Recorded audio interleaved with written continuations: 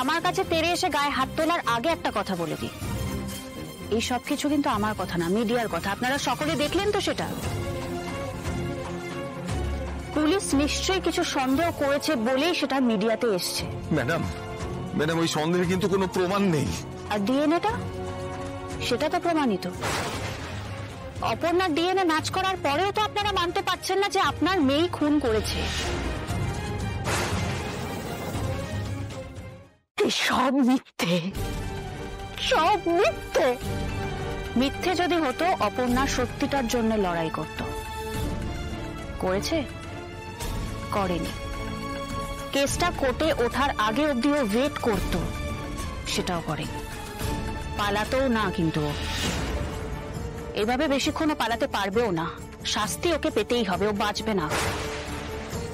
আচ্ছা মীরা, তোমার মনে হয় অপর্ণার এরকম ক্ষমতা আছে যে ও প্ল্যান করে পুলিশ স্টেশন থেকে পালানো? বাচ্চা মেয়ে ভাবো তো, ভাবো, আরো আন্ডার এস্টিমেট করো। দেখো, আমি না এই ভুলটা অলরেডি করে ফেলেছি, তাই ফার্দার আর কোনো ভুল করতে চাইছি না। বলো না, যতক্ষণ না কিছু প্রমাণ হচ্ছে এইভাবে অপরাধী বলে কাউকে দাগিয়ে দিও না মীরা। প্রমাণিত তো হবেই মিসেস সিংহ রায়, একটু ওয়েট করুন।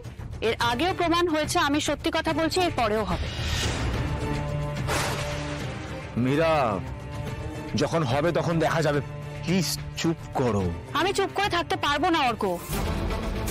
আমি এখন পুলিশ স্টেশনে যাব, ওই মেয়ে পার পাবে না, ওকে শাস্তি পেতেই হবে।